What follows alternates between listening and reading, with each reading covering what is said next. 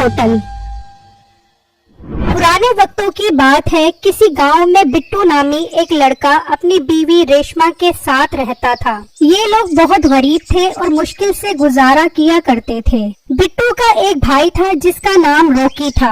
दोनों भाई एक दूसरे से बहुत मोहब्बत करते थे। रॉकी खेत में हल चलाकर अपना गुजारा किया करता था। हाँ बिट्टू भाई, काम कैसा चल रहा है? बस भाई क्या बताओ, काम बस ठीक ही चल रहा है। क्या मतलब बस ठीक चल रहा है? क्या होटल वाला तुम्हें टाइम पर पैसे नहीं दे रहा है? अरे भाई पैसों की बात करो, वो तो काम बहुत ज्यादा लेता है, बदतमीजी भी बहुत ज्यादा करता है मेरे साथ। बिट्टू भाई आप नौकरी छोड़ दो, कोई और काम करो। क्योंकि भाई ये तुम कैसी बातें कर रहे हो? इस गाँव में किसी के पास नौकरी नहीं मिल रही मुझे, तभी तो मैं उसके पास काम कर रहा हूँ। बिट्टू एक होटल पर काम करता था जिसका मालिक बहुत खड़ूस और बदतमीज था और पैसों के मामले में भी बहुत कंजूस था। हाँ कहाँ मर गया था? टाइम देखा है तूने क्या हो रहा है? साहब जी घर पर कुछ काम था, इस वजह से देर हो गई मुझे। घर पर कुछ काम था तो मेरा वीर घर पर ही बैठ, मुझे तो जैसे मोटे काम चोर की कोई जरूरत नहीं है। साहब जी ऐसा मत करें, मैं सारा काम टाइम पर करता हूँ,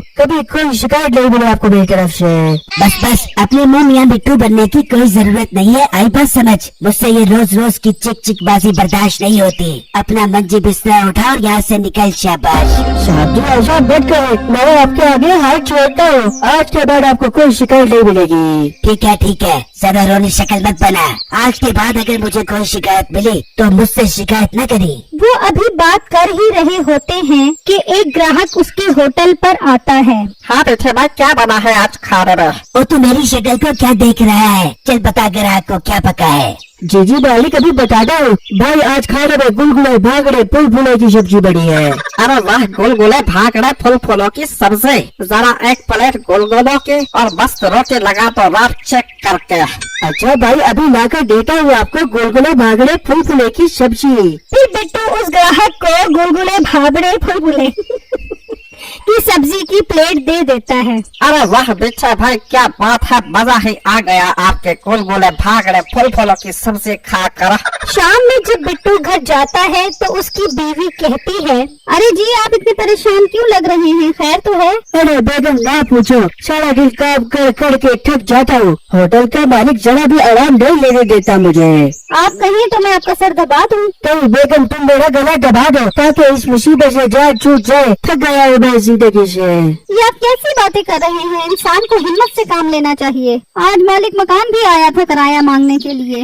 मैं बेगम एक मुसीबत कम नहीं होती कि दूसरी आ जाती है। अब मैं उसे कहाँ से किराया दूं? मेरे पास कोई पैसे नहीं है। आप अपने मालिक से अपनी तनख्वाह मांगे, इतने दिन हो गए हैं, उन्होंने अभी तक तनख्वाह नहीं दी आपको। बेगम वो तो मुझे नौकरी से निकाल रहा था, वो तो मैंने बहुत मुश्किल से उसकी मिन्नतें की तब जाकर वो माना। खैर मैं कल उससे जाकर अपनी तनख्वाह का मुतालबा करता हूँ। फिर अगले दिन बिट्टू मीठे से अपनी तनख्वाह का मुतालबा करता है। साहब जी मेरे घर के हालात बहुत खराब जा रहे हैं, आज तो मेरी तनख्वाह दे दो। क्या बात की तनख्वाह दे दूं? काम पर ध्यान दे, काम पर। हर वक्त भूखों की तरह पैसे मांगता रहता है। पैसे दे दो पैसे दे दो। नहीं तुझे पैसों के अलावा भी कोई काम आता है क्या? नहीं साहब जी तनख्वाह मेरा हक है, मैं अपने हक ही तो मांग रहा हूँ आपसे। पैसे मांगना तेरा हक रह गया है, काम करना तेरा हक नहीं है क्या? साहब जी मैं इतनी मेहनत करता हूँ, मेहनत कर करके बटला कमजोर हो गया हूँ। कमजोर? अपना पेट देखा है? ऐसे बाहर निकल रहा है जैसे बरसात में मेंढक निकलते हैं। कोई पैसे नहीं है, अगले महीने तनख्वाह ली।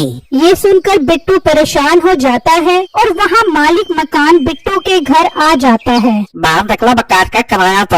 हाय ये मालिक मकान आ गया, अब मैं से क्या कहूँ? फिर बिट्टू की बीवी बाहर आती है तो मकान मालिक बोलता है, बेटे मकान का किराया निकालो, पिछले महीने का भी और इस महीने का भी। भाई आज आपको किराया मिल जाएगा, आज मेरे शोहर को तनख्वाह मिलेगी, हम खुद ही आपके घर पहुँचा देंगे। माँ बेबे तुम हर बार यही कहती हो, आज तो मैं किराया लेकर जाऊंगा।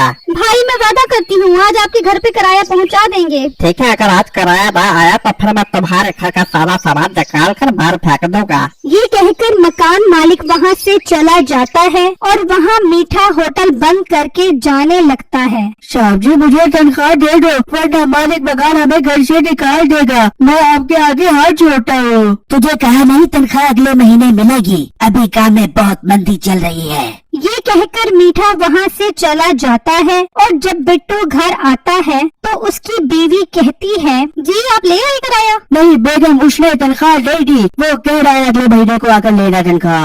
आप कैसी बातें कर रहे हैं? आज मालिक मकान आया था, वो कह रहा था कि आज किराया ना आया तो घर खाली करने के लिए तैयार रहना। आप जाएं और अभी मालिक मकान से बात करें। ये सुनकर बिट्टू परेशानी में मालिक मकान के पास जाता है और उसे सब कुछ बताता है। और मोटे मैंने तुम लोगों से बहुत प्यार से बात कर ली है। अगर तुझे तनख्वाह नहीं मिली तो इसमें मेरा क्या कसूर है? मुझे तो आज मकान का किराया चाहिए। भाई साहब, मैं अब आपको कहाँ से किराया दूं?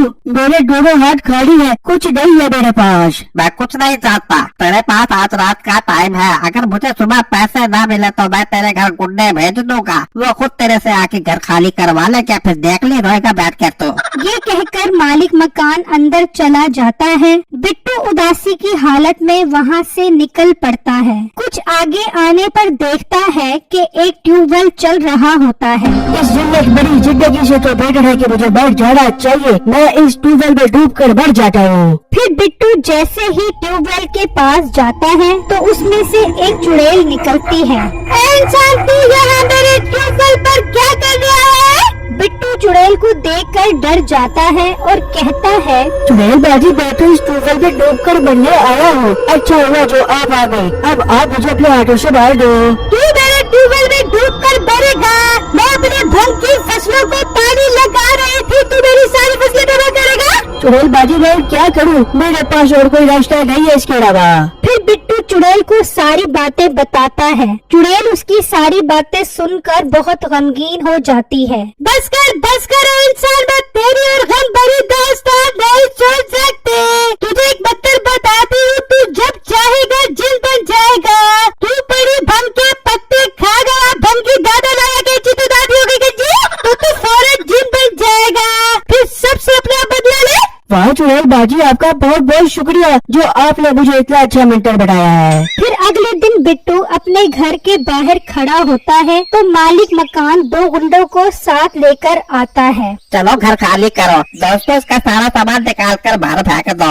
भाई साहब, आपको सामान निकालने की कोई जरूरत नहीं है। आपको एक चीज दिखाता हूँ। भंग के पत्ते खा गया भग्गी, दादा लाया के चितो दादी हो गई कच्ची। ये मंत्र पढ़ते ही बिट्टू जिन बन जाता है। उसे देखकर गुंडे दुम दबाकर भाग जाते हैं और मालिक मकान डर कर कांपने लगता है। हाँ, अब लेगा मेरी से किराया। भाई मुझे माफ कर दो।